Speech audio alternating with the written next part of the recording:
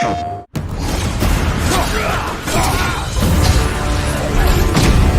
a combat perspective, I always, and I still feel like the meat and potatoes of any God of War game is combat.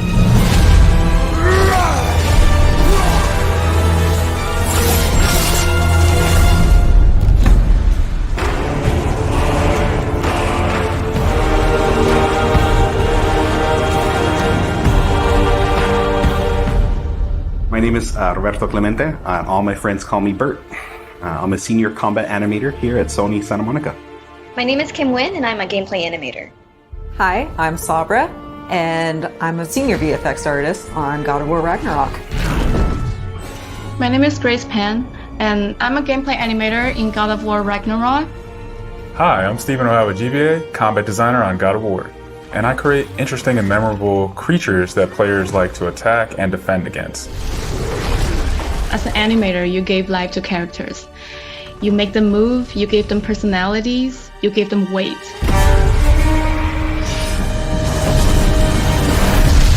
My role as a VFX artist is to put the power behind a move. You are in control of fire and earth and water and wind. Whether you are throwing your axe or on the receiving end of an enemy spell, VFX is what really gives the movement and the danger to every move that a character or enemy makes. I work really closely with the design team and the tech art team on this project specifically. We actually work a lot with camera, along with the guidance of our great camera team, so I find myself doing fight choreography sometimes. One of the most challenging parts about being a combat designer isn't the technical implementation of creating a creature, but it's really navigating that line between frustrating and engaging. We want to make something that makes players lean forward and focus and really try hard against that enemy and feel good about overcoming that, but we don't want to make them feel defeated if they can't figure something out. And then it feels rewarding when you win, not because it was impossible, but because it was fun and engaging. After the last game, we've heard the community cry out for more mini-bosses, bigger creatures, and enemy variety, and this time we really leaned into that. So in God of War Ragnarok, you're going to be traveling to all 9 realms, and each realm is going to have like its own theme of enemies that are very unique to that space. For example, in Alfheim, we're familiar with the Dark Elves, but this time around we're going to be fighting Light Elves, such as the Light Elf Warrior. One of the key learnings from the last God of War game is we don't have to think about the camera and how close combat is going to feel. We already have that knowledge, so we can build upon the close camera that we have, and we can iterate on enemies, creating more interesting scenarios. In the last game, Atreus was just starting to fight alongside Kratos, and he was learning from the master tactician. So in this game, he's trying to prove himself a little bit more, and we built upon those mechanics with him. The previous God of War, Atreus was still a kid, right? So he has a lot of dependency on his father. And for this game, you will see Atreus moving more independently on his own as a companion. In regards to VFX for Kratos, I think what the players really love is the powerfulness of it. When you are playing as Kratos, you really do feel like the God of War. And moving into Ragnarok, we want to really make something bigger, make it stronger, make it more of a spectacle. You want them to be like, oh my gosh, I didn't know that the Blades of Chaos could get even better, but look at that. So as Kratos gets more powerful, he's going to have access to newer combos and newer abilities that will increase the combat depth of each weapon. For the Blades, one of the moves that I've really enjoyed from previous God of Wars is the combat grapple, and we're going to be bringing that with a new twist. I'm very excited for players to try the blade grapple traversal moves. That brings so much more speed into the movement and the dynamic feel to it. One of the ways we've expanded Kratos combat this time around is we've given more utility and choice to the shield loadout. If you are a parry person, you could really go for a shield that gears towards parrying. If you're a big blocker, then you could choose a shield that will really match your playstyle. One new mechanic or element that I'm really excited about is these combo finishers. Building up the stun meter this time around is going to lead to different ways to basically decapitate the enemy. You're going to be able to choose, which weapon you want to have when you kill a guy. Another feature that we've added for Kratos is his new pre-fall attacks. So you could jump off a ledge, and if there's an enemy below you, you could slam down on him. There's such an emphasis on verticality in some of these fights that it's super engaging. And as Kratos, now that you have so much mobility and that you can also take advantage of that verticality, I think it just adds such another interesting layer to a fight. In God of War Ragnarok, we've enhanced the Kratos and Atreus duo. He's going to initiate a little bit more, be aggressive. He's going to fight alongside you, and sometimes even surprise you with his combo abilities too. Some of the new expanded companion actions that you'll see Atreus do leverage the fact that he's older now, he's bigger now. And he's different from Kratos, so his magic has a different flavor. Not only that they fight side by side together, there are also a lot of mini games and player interaction moments. For example, like the puzzle systems and the set pieces. You definitely will see a lot more collaborations between father and son.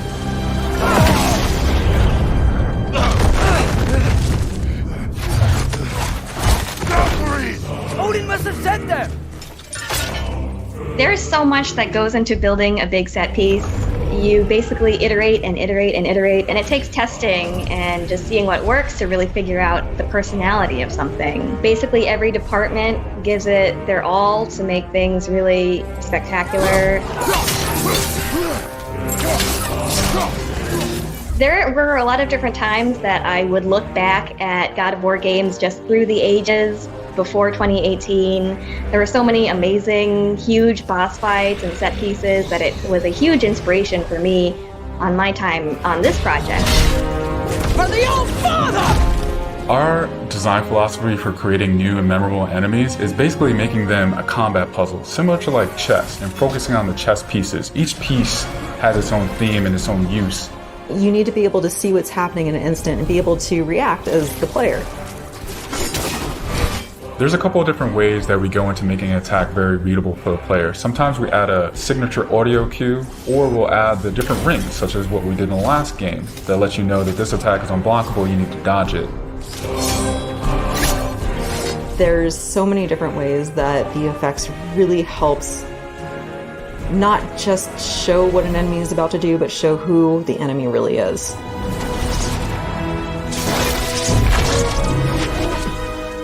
Everything you design has to be surrounding the essence of the character and a story. It's what makes it believable and memorable in the first place. I think what I'm most excited about is for players to experience the diversity of enemies that this game has to offer. You will be fighting everything from small little creatures to things that will take up the entire screen. All of their designs run the gamut. I think each one looks so much different from the next one, and each of them have their own play styles and their own little fantasies that go into it. And so I think if you are really into Norse mythology, you'll be very interested to see how Sony Santa Monica has taken some of these creatures and interpreted them for God of War. Everything that goes into the game, there's emotion behind it and intent behind it, and by the time it gets to you, everything that you've seen that you're going to play and experience has been sweated over, bled over, tested, and is fun to play.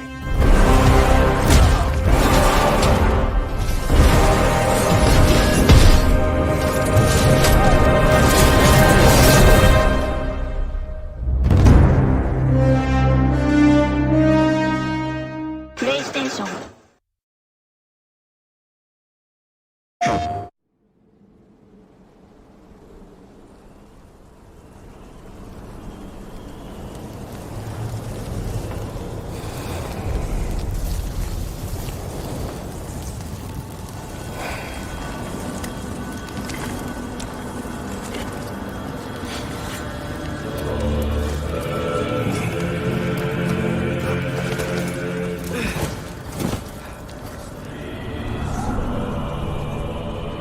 Time is running out. The prophecies say Fimbulwinter leads to Ragnarok. War is coming. My story doesn't end hiding in these woods. I should be out there, finding out who I am, who Loki is. I will not allow you to pick a fight with gods. I don't want to fight anyone. I just want answers. And if those answers lead to war with Asgard, Maybe that's what Mother wanted. We do not know what Mother wanted. Well, I recognize that dour expression anywhere. Odin's got tricks up his sleeve we haven't dared to consider. What if there was someone who could help us? You mean Tyr, the old god of war in these lands, who is dead? Well, for a dead man, Odin seemed pretty keen on seeing he wasn't found. If he's out there, we gotta find him. Come in! What in all yarns be the happened to him? We're trying to stop Ragnarok, to help people. And what if the only way to do that is war?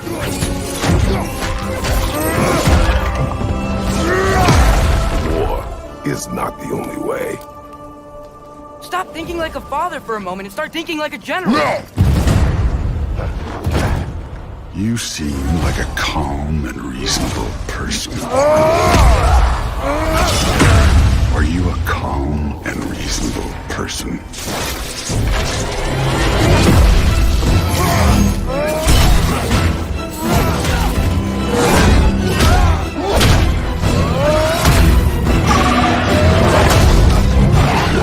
In moments of crisis, panic does nothing. Harness it. Let it serve you.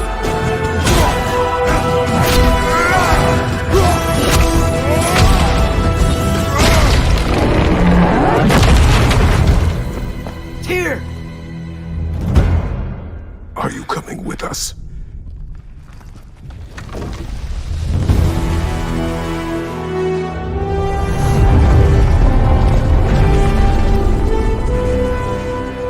You'll get your answers soon enough. Well, some of them.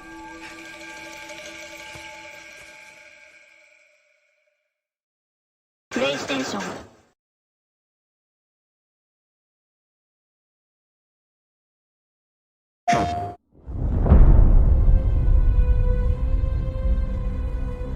Everyone keeps secrets.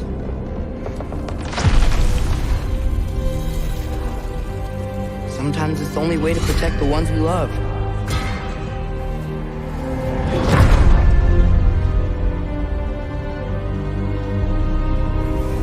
I know you.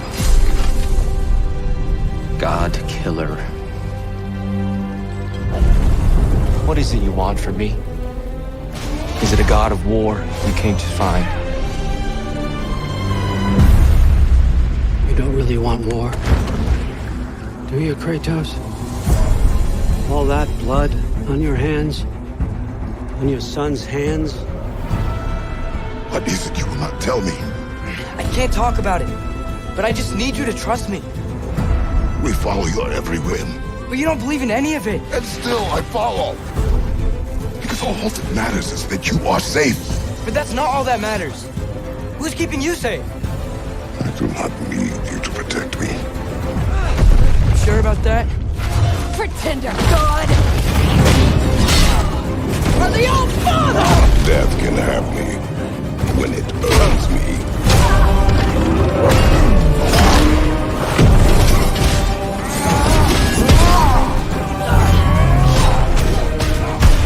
What do you even know of godhood? In your lifetimes, has anyone ever worshipped you?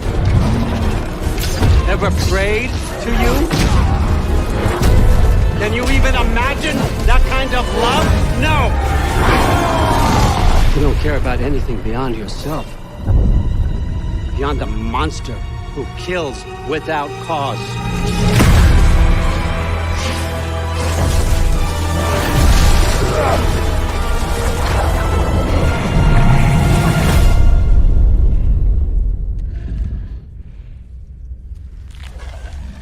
Fate only binds you if you let it.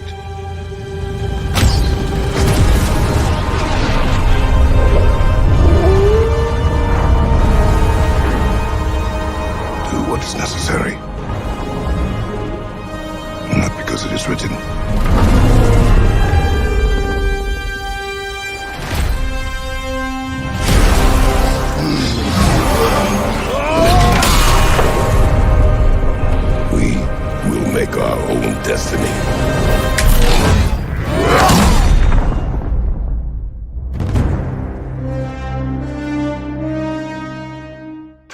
so much.